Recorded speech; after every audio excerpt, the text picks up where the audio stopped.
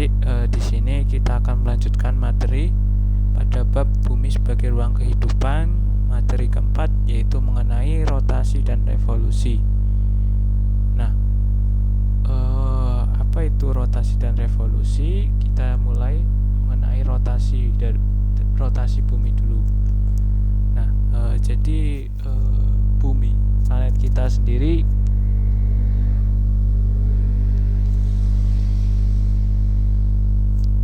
ternyata memiliki aktivitasnya sendiri, yang mana di sini terdapat rotasi dan revolusi.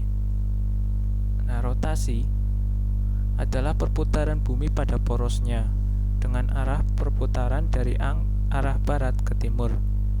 Masa rotasi bumi hubungannya dengan matahari memerlukan waktu 23 jam 56 menit dan 4091 detik, atau biasa kita bulatkan 24 jam atau 1 hari. Nah, ini contoh ya dari animasi rotasi bumi, yang mana bumi itu berputar sendirinya atau berputar pada dirinya sendiri, pada porosnya. Nah, kalau kita lihat sama halnya dengan ban kendaraan ya. Nah, itu kan berputar pada poros dari ban tersebut. Jadi hanya berputar di tempat, tidak berpindah. Itu yang namanya rotasi. Nah, dampak dari rotasi bumi ternyata ada banyak. Yang pertama, peredaran semu harian benda langit. Yang kedua, pergantian siang dan malam. Yang ketiga, perbedaan waktu. Yang keempat, pembelokan arah angin. Yang kelima, pembelokan arus laut. Dan yang keenam, perbedaan percepatan gravitasi di bumi. Nah, yang pertama, peredaran semu harian benda langit. Setiap hari kita mengalami peredaran matahari dan benda-benda langit melintas dari timur ke arah barat. Namun pada aslinya benda langit tersebut tidak bergerak, tapi bumi lah yang berputar pada porosnya. Jadi seolah-olah kita melihat benda langit di atas kita itu bergerak, ternyata yang bergerak bumi kita. Nah, itu namanya gerak semu. Selanjutnya, pergantian siang dan malam. Rotasi bumi mengakibatkan terjadinya pergantian siang dan malam. Belahan bumi yang terkena sinar matahari mengalami siang, sebaliknya yang tidak terkena sinar matahari mengalami malam. Nah, bisa adik lihat di gambar. Nah, ini yang terkena sinar sebagian itu mengalami siang. Nah, yang tidak terkena sinar, yang gelap ini merupakan malam hari. Selanjutnya yaitu perbedaan waktu. Nah, akibat rotasi bumi dari barat ke timur, tempat-tempat yang berada di sebelah timur lebih dahulu mengalami siang daripada tempat yang di sebelah barat. Oleh karena itu, untuk setiap tempat dan negara terdapat pembagian waktu yang mana disesuaikan atau berpedoman pada Greenwich Mean Time yang ada di London. Nah, jadi dinilai waktu daerah sebelah timur itu lebih cepat atau lebih dahulu dibanding dengan wilayah bagian barat. Nah, selanjutnya yaitu pembelokan arah angin. Angin seharusnya bergerak ke arah khatulistiwa. Nah, dari tekanan tinggi ke tekanan rendah. Akibat adanya rotasi bumi, jadi arahnya itu bergeser. Nah, bergesernya yaitu ke arah timur, dari tengah ke arah timur, baik dari bawah ke arah timur atau dari atas ke arah timur. Nah, jadinya terjadi pembelokan atau biasa kita kenal dalam teori yaitu teori Weierstrass. Jadi bisa cari. Selanjutnya adalah pembelokan arus laut. Arus laut digerakkan oleh angin yang tertiup di permukaan laut. Seperti arah angin, arus laut juga menyimpang karena rotasi bumi. arus laut dipaksa membelok ketika sampai di belahan bumi utara dan belahan bumi selatan. Jadi sama ya, karena adanya gerakan berputar sehingga arus laut itu arahnya berbelok. Selanjutnya ada perbedaan percepatan gravitasi. Nah, bumi tepat pada kedua kutubnya dan mengembang pada bagian ekuatornya. Hal ini mengakibatkan gravitasi di kutub lebih besar daripada di ekuator. Benda yang berotasi bumi menimbulkan gaya sentrifugal. Nah, itu tadi mengenai dampak dari rotasi bumi. Selanjutnya adalah revolusi bumi. Nah, berbeda dengan rotasi bumi, revolusi bumi adalah peredaran bumi mengelilingi matahari. Nah, jadi ketika bumi itu berputar pada porosnya, bumi juga berputar mengelilingi matahari. Nah, revolusi bumi merupakan akibat tarik-menarik antara gaya gravitasi matahari dengan gaya gravitasi bumi. Bidang orbit bumi mengelilingi matahari disebut bidang ekliptika. Nah, kala atau waktu revolusi bumi yang dibutuhkan dalam satu kali adalah 365 hari 5 jam 48 menit 46 detik atau 365 hari 365 seperempat hari. Nah, itu waktu yang diperlukan. Nah, bumi berevolusi dengan arah berlawanan dengan arah jarum jam, yaitu dari barat ke timur. Nah, ini merupakan animasi dari gerak revolusi bumi. Jadi ketika bumi berputar, juga ternyata bumi mengelilingi matahari sebagai pusatnya, karena adanya gaya tarik atau gaya gravitasi dari matahari dan bumi itu sendiri. Nah, revolusi bumi ternyata memiliki dampaknya. Ada beberapa. Yang pertama, gerak semu tahunan matahari.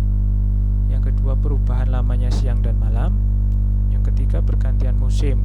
Yang keempat, perubahan kenampakan rasi bintang. Dan yang kelima adalah adanya kalender Masehi. Nah, kita bahas yang pertama, yaitu gerak semu tahunan matahari. Matahari tampak terbit dari tempat yang berbeda setiap periode tertentu dalam setahun. Padahal matahari sebenarnya tidak mengalami perubahan posisi atau tetap. Yang bergerak adalah bumi. Kenampakan ini terjadi akibat revolusi bumi. Matahari seolah-olah bergerak atau berpindah tempat.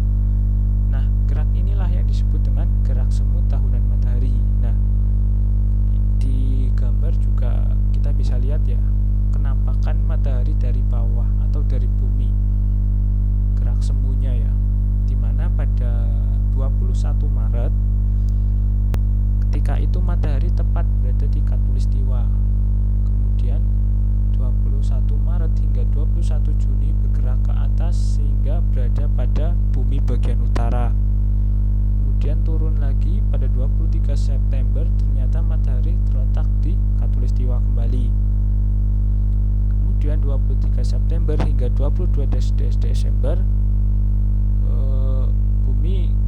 matahari bergerak ke selatan lagi sehingga terletak pada bumi bagian selatan dan bergerak lagi ke tengah atau ekuator pada 21 Maret.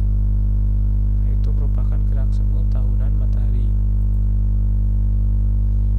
Selanjutnya adalah peredaran lama siang dan malam.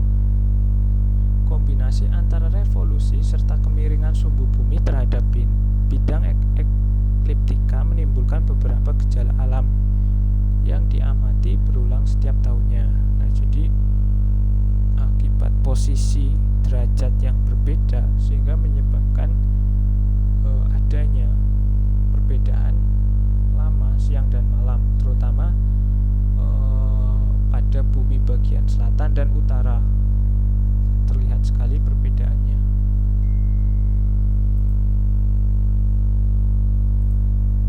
Nah, selanjutnya adalah pergantian musim. Selama beredar mengelilingi matahari, bumi mengalami keadaan yang berbeda. dan mengakibatkan terjadinya perubahan musim untuk tiap-tiap bagian belahan bumi. Setiap wilayah di bumi akan mengalami pergantian musim berbeda-beda sesuai dengan lokasinya. Wilayah di daerah lintang 0 hingga 23,5 derajat lintang utara atau lintang selatan hanya berganti musim sebanyak 2 kali, yaitu musim kemarau dan musim hujan. Sedangkan untuk wilayah di daerah lintang 23,5 derajat lintang utara atau lintang selatan hingga 66,5 derajat lintang utara atau lintang selatan mengalami pergantian 4 musim, yaitu musim semi, musim panas, musim gugur, dan musim dingin. Nah, kita coba lihat ya. Nah, ternyata posisi matahari itu mempengaruhi adanya pergantian musim di bumi. Nah, diawali dari 21 Maret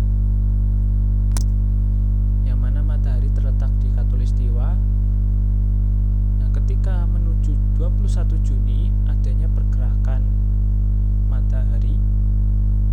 Di sini bumi bagian utara itu mengalami semi.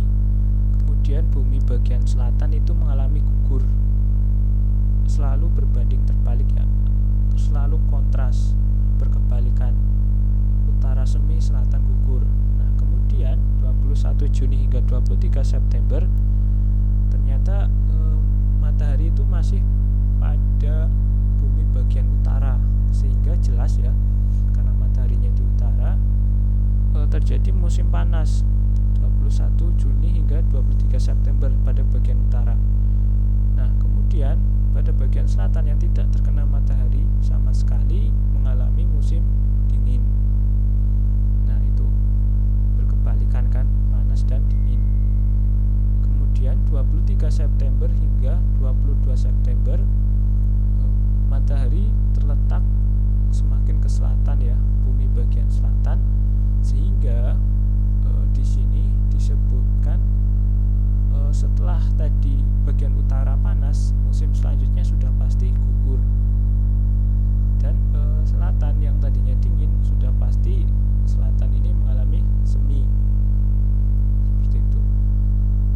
Pada 23 September hingga 22 Desember.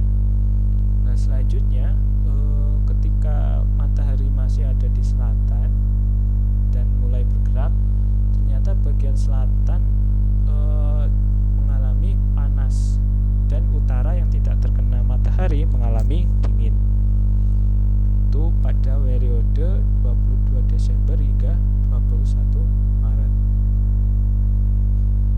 Nah, itu merupakan kita mengira-ngira atau memperhitungkan musim di belahan dunia berdasarkan revolusi gerak semu tahunan matahari. Nah, selanjutnya yaitu perubahan kenampakan rasi bintang. Rasi bintang adalah susunan bintang-bintang yang tampak dari bumi membentuk pola-pola tertentu. Bintang-bintang membentuk sebuah rasi yang sebenarnya tidak berada pada lokasi yang berdekatan. Ketika bumi berada di sebelah timur matahari, kita hanya dapat melihat bintang-bintang yang berada di sebelah timur matahari. Sedangkan ketika bumi berada di sebelah utara matahari, kita hanya dapat melihat bintang-bintang yang berada di sebelah bumi utara. Akibat adanya revolusi bumi, bintang-bintang yang nampak dari bumi selalu berubah-ubah. Dan manusia biasanya mengaitkannya sesuai kepercayaan dan kreativitasnya, sehingga menimbulkan informasi-informasi tertentu yang sudah diyakini turun-temurun. Nah, itu merupakan rasi bintang. Nah, selanjutnya adalah adanya kalender Masehi.